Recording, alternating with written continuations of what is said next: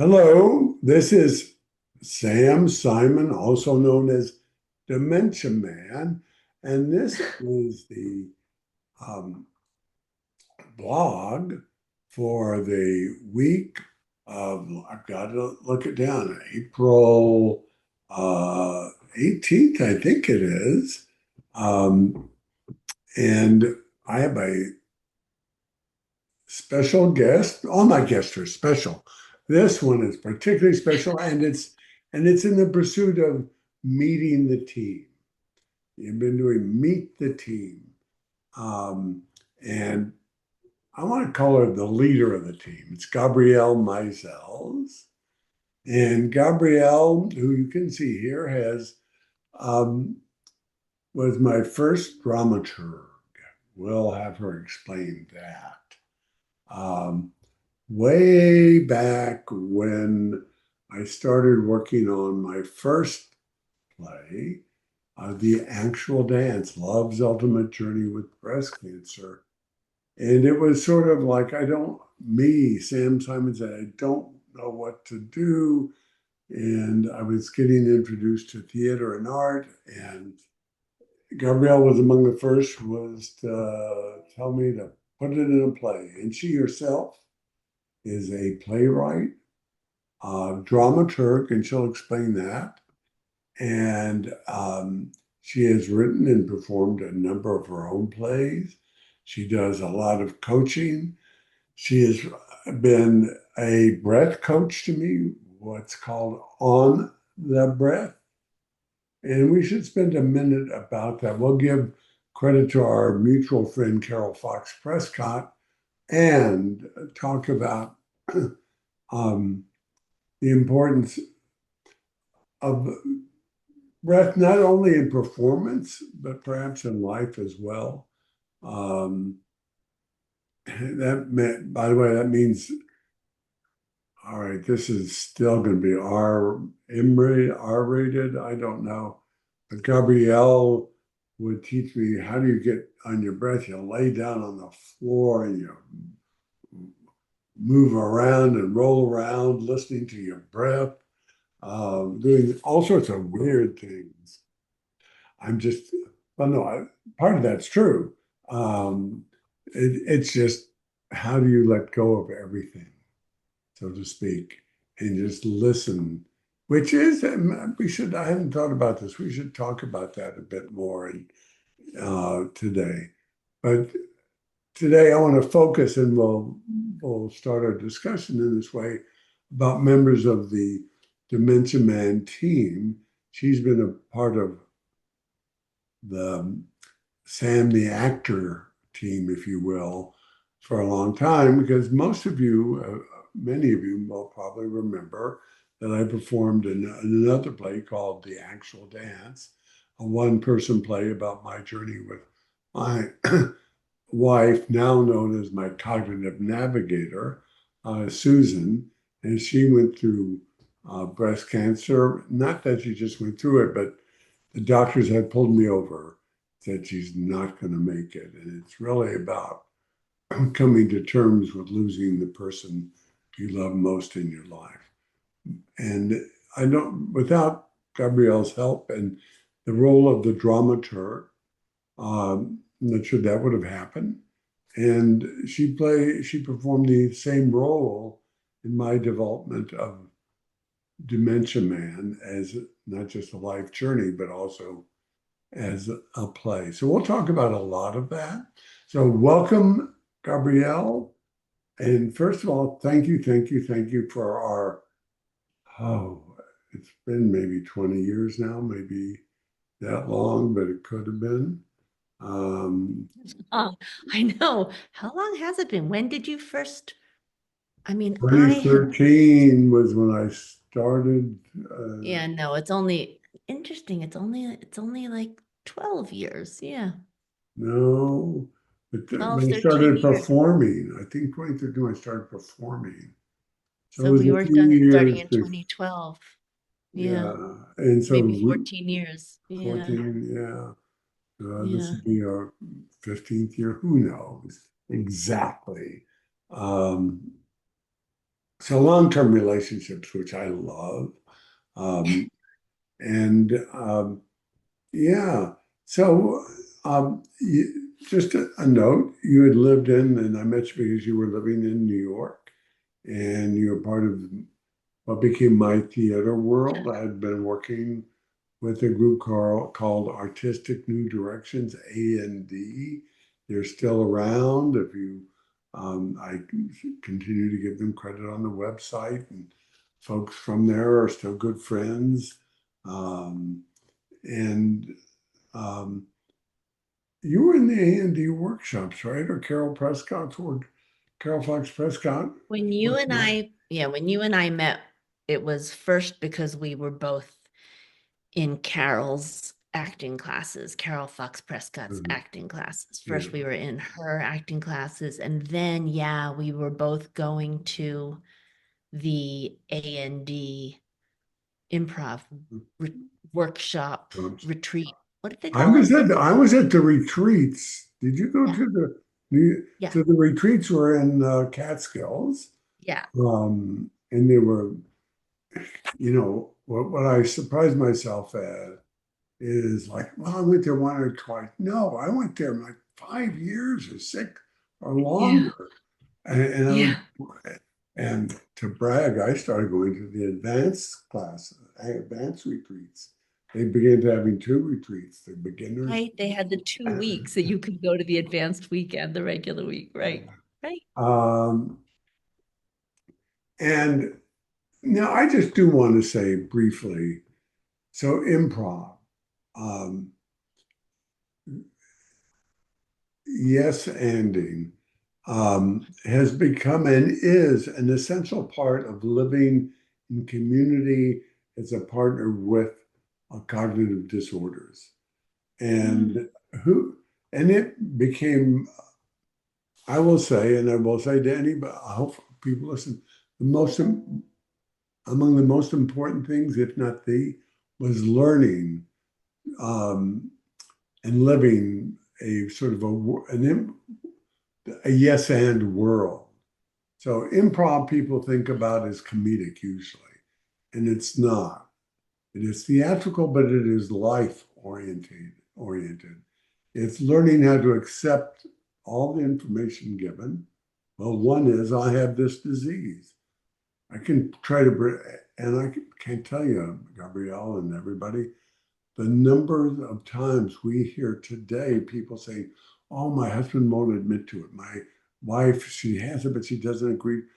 We have to accept what's real, and that's also on stage sometimes, and add information, and you can create a scene and a life with each other and in the world as you go through that. Um, as opposed to, I have to be in control, I have to tell you what's real, I have to blah, blah, blah. Accepting and adding to is a form of gifting. It's empowering your partner.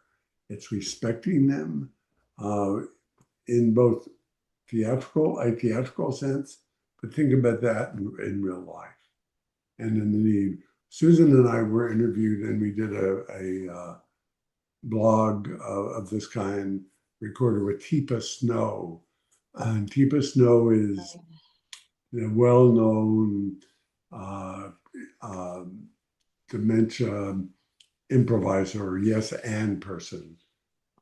It's how to, she brings it to training for people who work in uh, assisted and memory units and the like. Um, and one of her famous scene is, I may have told my viewers before, but I'll be quick here, is that she's in a room in in a memory center, and a woman comes out holding a brush, whacking chairs. And rather than say, "Stop that," she says, "Oh," because the woman had been a maid in real life before that she became sick. She said, "Oh, you're cleaning these chairs. That's beautiful. Oh, you're done. Well done." So she stops, Mm. as opposed to, "Stop that. Don't do that." And getting in a fight with a person and making them feel bad and tells them they've done a good job. Duh, right? And doing so anyway, thank you for introducing me. You were among those who introduced me to A&D and improv and applied it to our theatrical work. So Gabrielle Maisels, uh, why is she part of my team? She's been part of my theatrical team, we said, almost 14 years. What is a dramaturg, Gabrielle? It's a good question. And dramaturgs do different things in different, yeah, dramaturgs do different things in different contexts. Um, One way to think of a dramaturg is simply the way we think of an editor for a book. A dramaturg is that function for a playwright, helping to shape the play, structure the play. Dramaturgs do a bunch of other things when there are dramaturgs on staff for large theater companies, for example, for theaters. They often will be responsible for historical accuracy, researching information about the play. They're responsible for all sorts of content around the play that isn't exactly what the playwright's doing. So, but my work as a dramaturg has mostly been as a sort of midwife for playwrights. So, like that's Giving my birth. yeah, exactly. Just so that an example for people in a more, in a fairly concrete, it was true with both plays. Um, you would listen to it, you would see me read it, and you say, this confuses me. Well, what about that? Um, you mean that really happened after this happened? And then I would go back and rethink it, try to rearrange it. You would listen or see it again, more feedback and details. You would also then help bring together people. People at the time I wouldn't necessarily have known or been able to found to hear it and listen to it. With um, Dementia Man, I think one of the maybe most important things I remember is we pulled together, and I don't know if this was from New York or somewhere else in Washington, because we did some work on this both in Washington and New York. Um, Mhm. that people said, I need to know more about him. And the Right. first, When we did that first, yeah, we did your first reading in front of people in New York. We did it in a rehearsal studio in New York. yeah, We did you read the play as it was so far, and we brought an audience, and then we gave people specific feedback questions. And yeah, I remember one of the consistent responses from a number of people was that piece of, well, this is your story with dementia, but I don't know who you are. yeah, yeah. And then you added in all this like life. Well, and the stuff at the start, which helped then create, it was just so much of that. You know, you can always wonder now, people who listen to this could go back and say, oh, I wonder what um, Hamilton's play sounded like the first time we wrote it. Right. uh, Exactly. because he probably had a dramaturg too, by the way. I'm For not sure. sure. Uh, it's an essential tool to a playwright, I believe, and been very, very useful. You know, you did help redirect the actual dance. Director is different, though we've been lucky enough. I don't know whether in normal playwriting or in other contexts that playwright and the dramaturg work as closely together as we have done over the years. And so Thad McQuaid, for this play, has been the director, and that's a little bit more specific movement and stage direction as opposed to the story. Because the Yeah. directors presented with the story is told, and now they're trying to see how it works on the stage. You're creating, you help create and see, help me understand my own story, which is an interesting thing, but Mhm. it's true. It really is. Um, so they're an essential part of the team. Um, Tell us a little bit more about your journey to dramaturgy. And you now live in New Mexico, you in New York, but I don't know how much you want to tell us about that part of your story. And now I'm in Santa Fe. Um, Not too far from El Paso, by the way, where I grew up, but go ahead. not, yeah, a lot closer to El Paso than I realized, when it's just funny as an East Coaster, my limited vision of where everything really is in the rest of the country. When I came out to New Mexico to move to Santa Fe, which I fell in love with, I moved out here and then like I didn't actually register that it borders Texas. Like, of course, there's all this sort of similarity in the country between, but Yeah. I picture Texas as the South and New Mexico as the West. But no, they're just right next to each other. Well, parts of it, you So see, Texas is so big, so it can big, be it's in the basically its South own and country. in the Midwest. El I Paso is, mean, it's bigger than many countries. yeah, yeah, exactly. So, Exactly. So, yeah, that's why. It's true. Right. Because it's as far east as Louisiana, yeah. which is Oh, yeah. actually Oh, pretty far right. east. Yeah. Well, of course, Susan, my wife, is from Houston, and I met her in El Paso. It's in the book when we were 16, we met each other for the first time in Texarkana, Texas. And it was a 13-hour drive from El Paso to Houston. It's I remember 13-hour drive. El Wow. Paso is closer to 13, yeah, El Paso is closer to LA than to Houston. But anyway, that's not about you. exactly. It is pretty crazy. I mean, a 13-hour drive, there are many countries that you cannot drive 13 hours, and many, many countries that you can't drive 13 hours within that country, right? And that's not even the whole state of Texas, 13 hours. It's crazy. Well, and there's some And of it's us that thinks that Texas should be its own state and maybe back to That's a whole its Mexico. own country. Maybe That's back a to whole other Mexico. Yeah, its own right. country, back to Exactly. Mexico. All right. But there is a funny point about that with the Texarkana because, for example, one of the things a dramaturg does for a playwright is help you hear your own words in a different way. It's, being the first audience, right?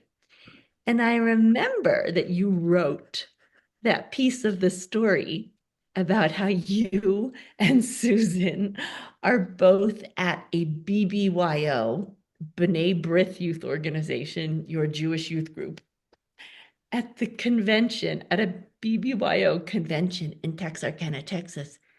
And you just said you were at a BBYO convention in Texarkana, Texas, in Texarkana. And I just remember the just the involuntary laugh that brought out of me because just as a Jew, picturing like a Jewish youth group convention somewhere called Texarkana, that in itself is so funny. And that turned into a laugh line in your show. Because for every New Yorker and like East Coaster listening to you say, we were going to our youth group convention in Texarkana, Texas, everybody laughed on that line. So that's the kind of thing that like just hearing what the playwright is saying and then we just sort of highlighted that line a little bit. We just gave it a little and then Well, it was a great laugh so because tell it's me funny. whether I don't know if you know it. I don't remember who came up with the opening line of Dimension Man. What I do But now, which is I walk on stage and I say, so this is how it ends. And everybody laughs every time. I love it because I don't know. I don't know whether it's because it builds the energy in the show, or I never asked anybody why. It's funny because it's supposed to be the start, so this is how it ends. It upends, right? You're upending an expectation right Expectation. away. Yeah. Like it's the beginning, so this is And, how it ends. but it adds energy to the performance, to this, the Totally. start. And you had written that line. It was just a little bit for, it was just a little bit later in the script because you would talk about other stuff first, and then you would say, so this is how it ends. And at some point, watching you do it on your feet, I think we said, Yeah, let's just start right there. yeah, yeah, That's so great. yeah. That's such impact. This is how it ends. Yeah. Okay. Yeah. So that process of working together. Okay, so back to Um, you. I think you oh wrote a yes, play once. And I wrote a play or I two. think you acted in it once. So I So, also wrote and performed solo shows, which is how I ended up coaching you to create your solo show because I had just been for the past few years writing and performing two solo shows that I wrote and performed. So I had just gone through this whole process of what is it like to write a story. My stories weren't literally autobiographical, right? My stories, my plays, which you saw, were about two families in South Africa, but they were fictional characters, and I just performed them all. But it was certainly inspired by my life experience of spending summer weeks in the summers in South Africa as a child and having this experience of apartheid that most people didn't have in that way, and having that, so I wrote it inspired by that, and then I performed those characters, and so I had that experience of what is it like to take your words to tell this story and then to get up in front of an audience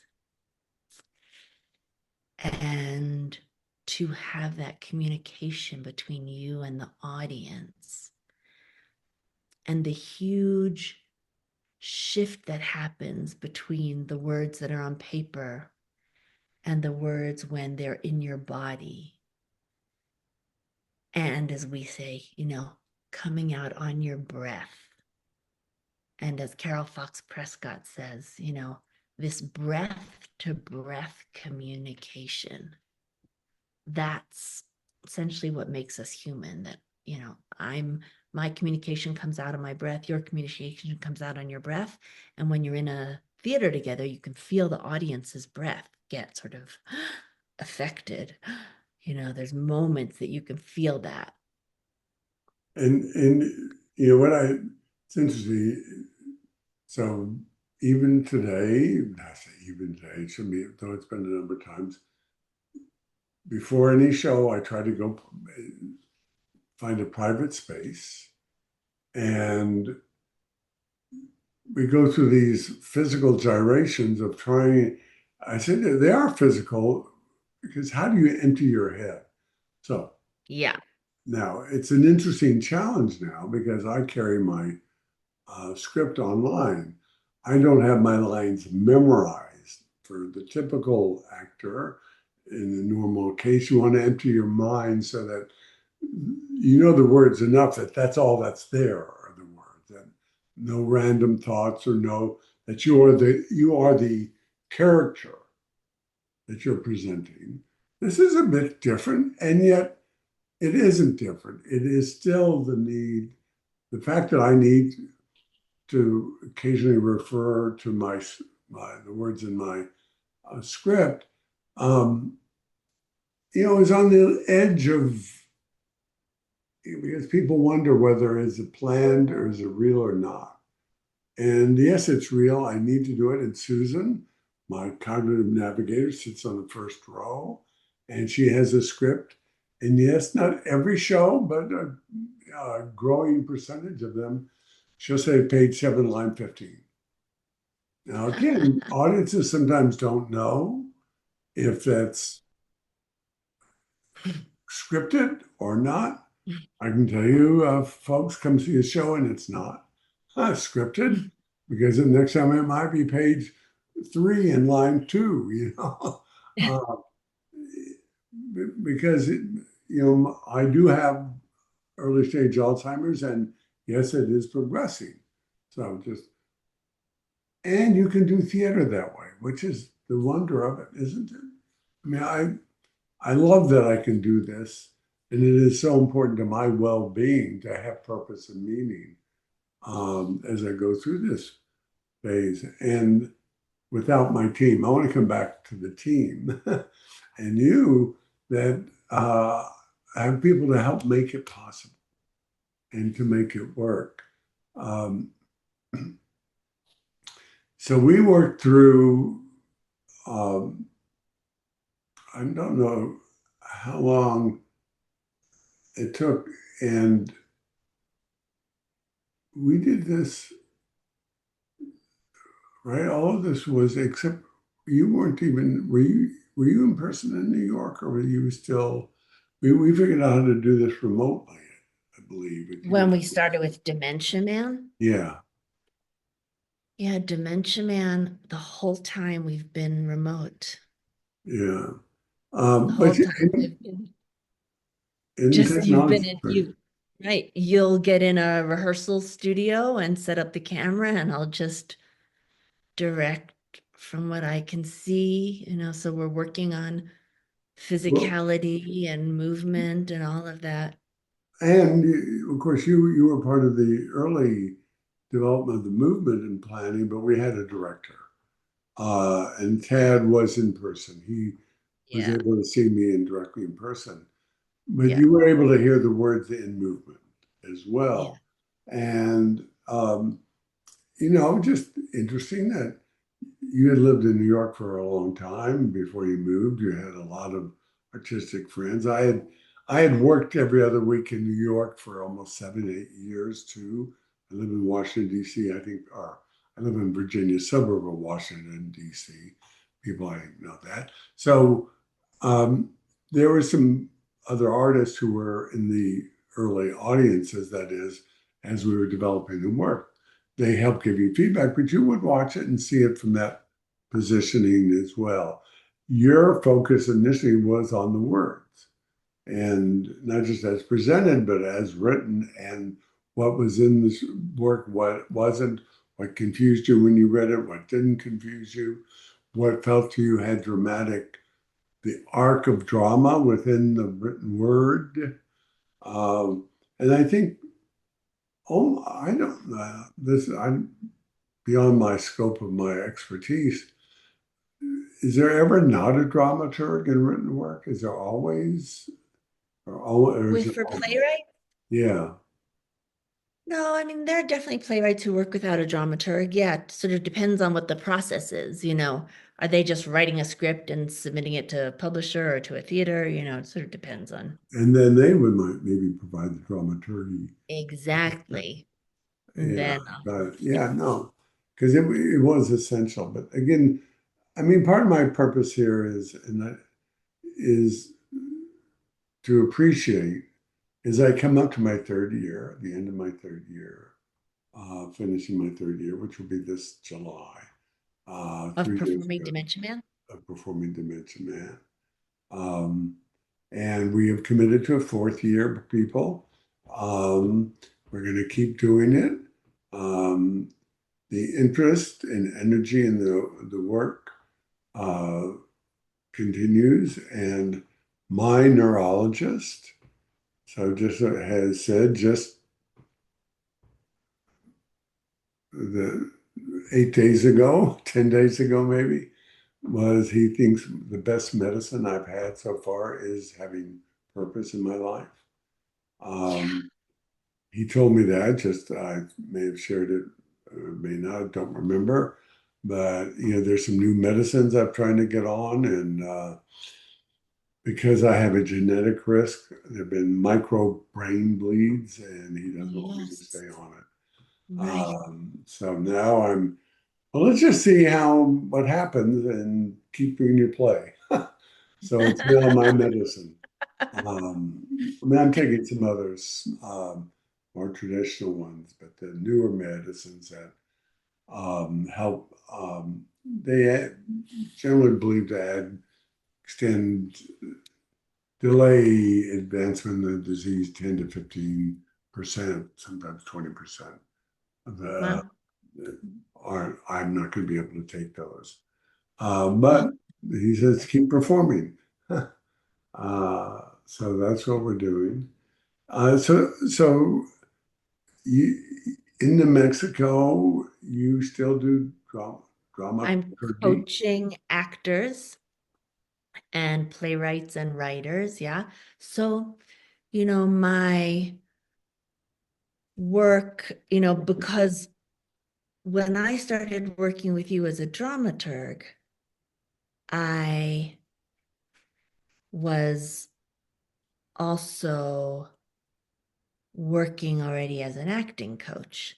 So that's also why our work and all my work with solo show performers combines dramaturgy and acting coaching because I'm using this wonderful technique that we inherited from Carol Fox Prescott, acting on the breath, um, to work with both the performance and the writing.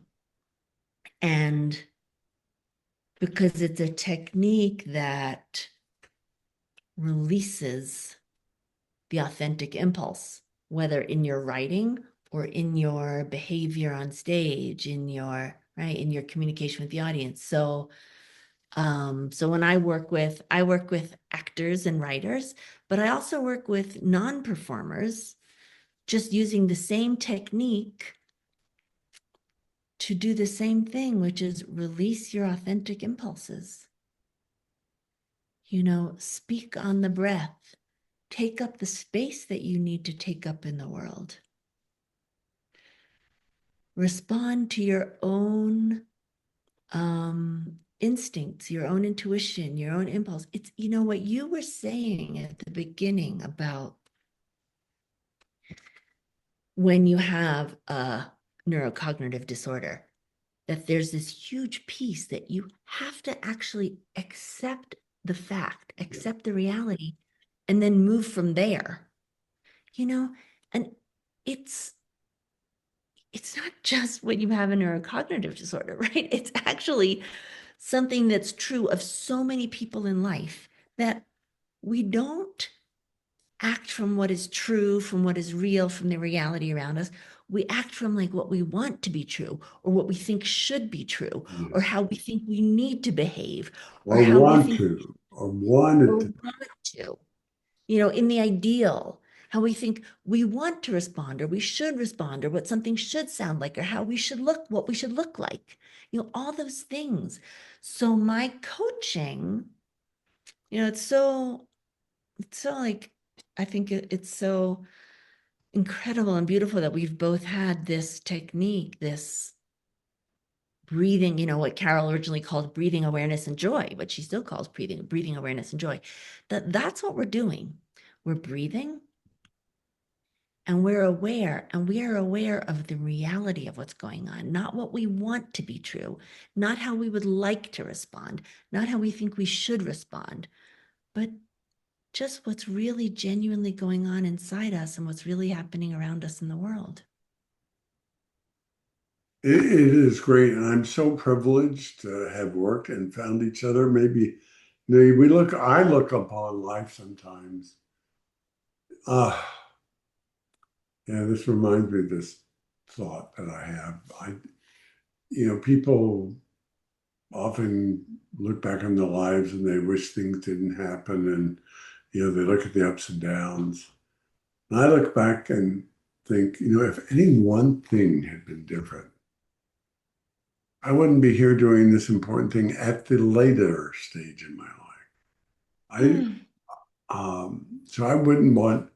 I was reminded there was an author on C-SPAN Book Talks, and he'd written a book about there was some king of England who killed himself. I don't know who that was. I don't know the name. And the interviewer said, "Well, what if that king didn't kill himself? What would the story be?" He said, "Well, I wouldn't be here now because I wouldn't have written this book." And it's just such a point about everything in our lives.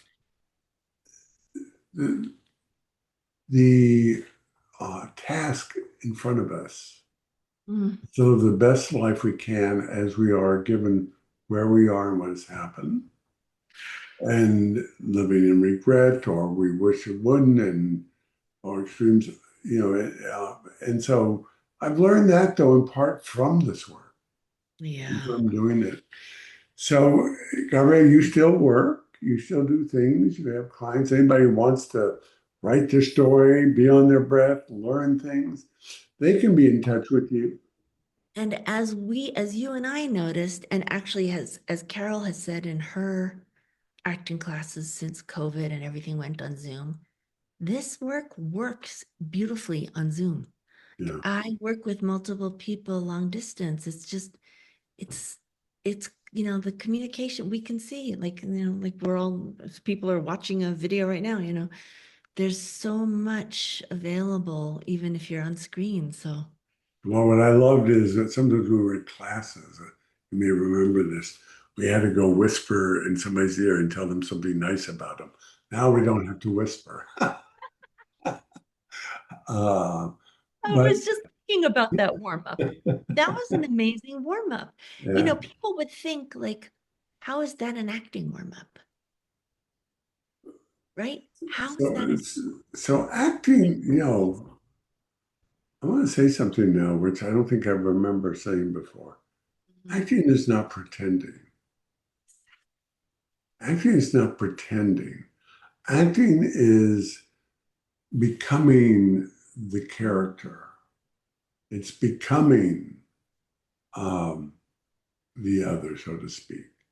Um, and that in that moment, I'm not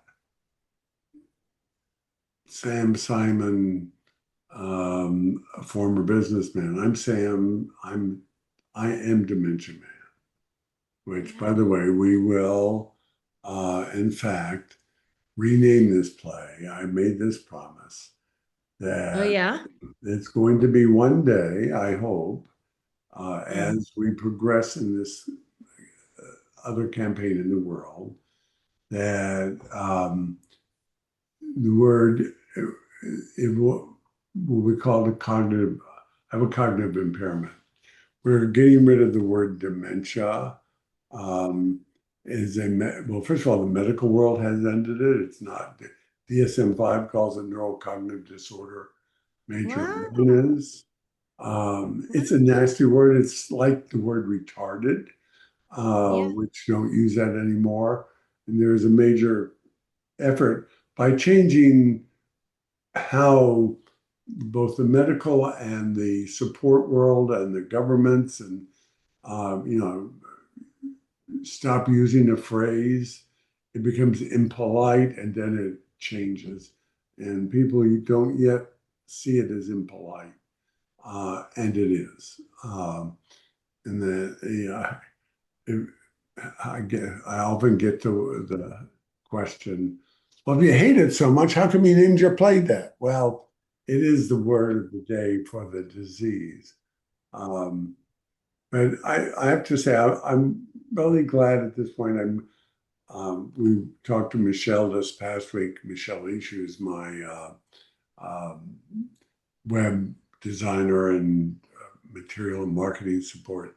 But people who have been essential to my work. This doesn't happen by itself. It happens through the talent and support and friendship. And I pay you, and you should be paid. And as should anyone. This is not a hobby, IRS. Do you hear that? Uh,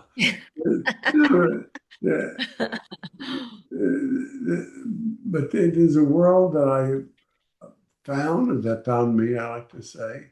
Uh, and I will want to add, I was, when I was in New York and when we first met, I was with or at some point in our relationship called Intersections. It was a social justice um, ministry at the Collegiate Church of New York, but they had a lot of art in theater. Social Mhm. justice and art don't Mhm. always, and they became, and I think I helped, but there were others. Um, See that perhaps one of the most effective tools to promote social justice is art and theater and music. Just think of Woodstock in some ways, but Yeah. that you can write policy papers, you can have theories. People need to be moved to change. Yeah. Yeah. And how do you change people's hearts and souls? And I Yeah. do believe it's through whether it can be music, it can be poetry, and it can be theater and acting and solo theaters. Uh, Yeah. And I it's think, what we've seen with both of your shows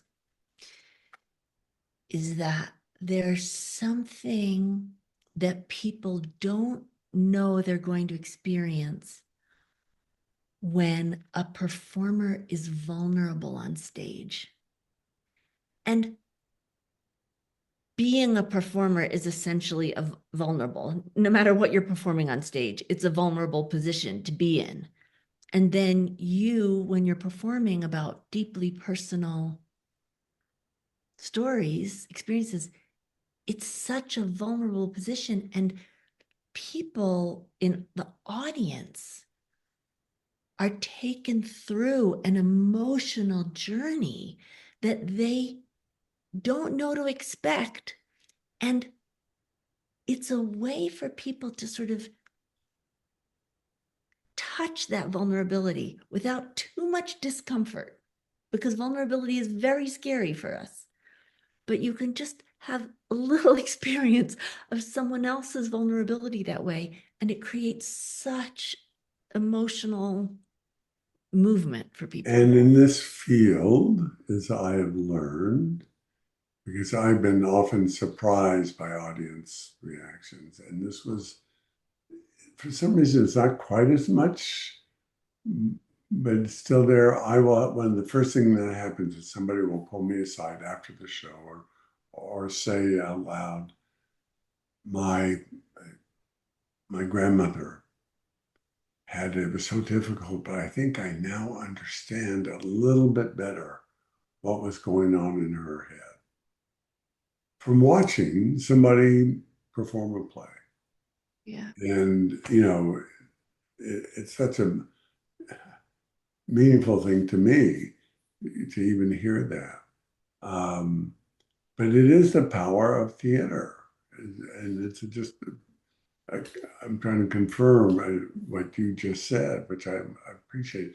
Let me show people um, real quick how to reach you because I know we worry about these podcasts being too long. I could talk to you forever about this stuff, but let me um, sh share your website here on the screen. I got to figure out how to do this. It's going right. Where am I? So excuse me, audience, as we figure hit share. And there it is. I think I'm sharing that. Do you see that? Oh, let's see. Yeah, Ew, I see it. there you are. There's Gabrielle, Gabrielle Maisels, actor, playwright, coach. And it's just GabrielleMaisels.com. True. Um, and there are some of your, now it's not been updated in a while, so those aren't current dates on the right. Those are New York events, so don't worry about that. Yeah. But Mhm. there's one, the breathwork at gmail.com is a way Yeah, to reach you. that's my email.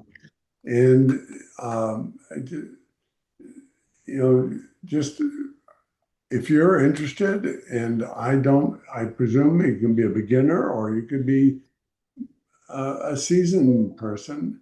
Makes no Um, difference. yeah, yeah, um, Makes no difference. This technique, right? This acting on the breath, this kind of coaching, yeah. it And opens you up, whatever stage you're at. it's so, well, I think even your plays, I think were, no, I don't mean to say it that way. a lot of solo shows are about personal stories and about things that impact and emotional moments. And there was one about the woman who had ovarian cancer. I forget the name of that. It became a movie. But I've been so uh, moved by the reaction to, you can't predict it. I couldn't predict it, how people react to things and um, who can be moved and helped. Um, and of course, I learned from it. As my doctor said, having purpose and meaning myself in this space, which can happen, by the way, whether it's a disease or whether it's just career wise or getting started in a profession that gives you the energy to keep moving and being successful, to when, went from lawyer to playwright. Uh, Right? so it's all good. Um, and Yeah, you, lawyer to right. so I met you in Santa Fe. I was able to perform in Los Alamos and got to stop and see you in your hometown. And we're hoping maybe to find a way back to Santa Fe, which Come is an back and artsy town, right? very, Yeah. Uh, yeah. and do more there. Um, but thank you so much for everything you've done. I hope everybody who realizes that without Gabrielle, I don't think any of my acting would have ever been done. So thank you, thank you.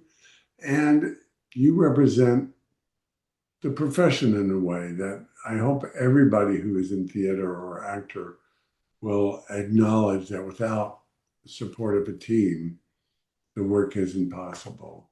Yeah. So Us. thank you very much.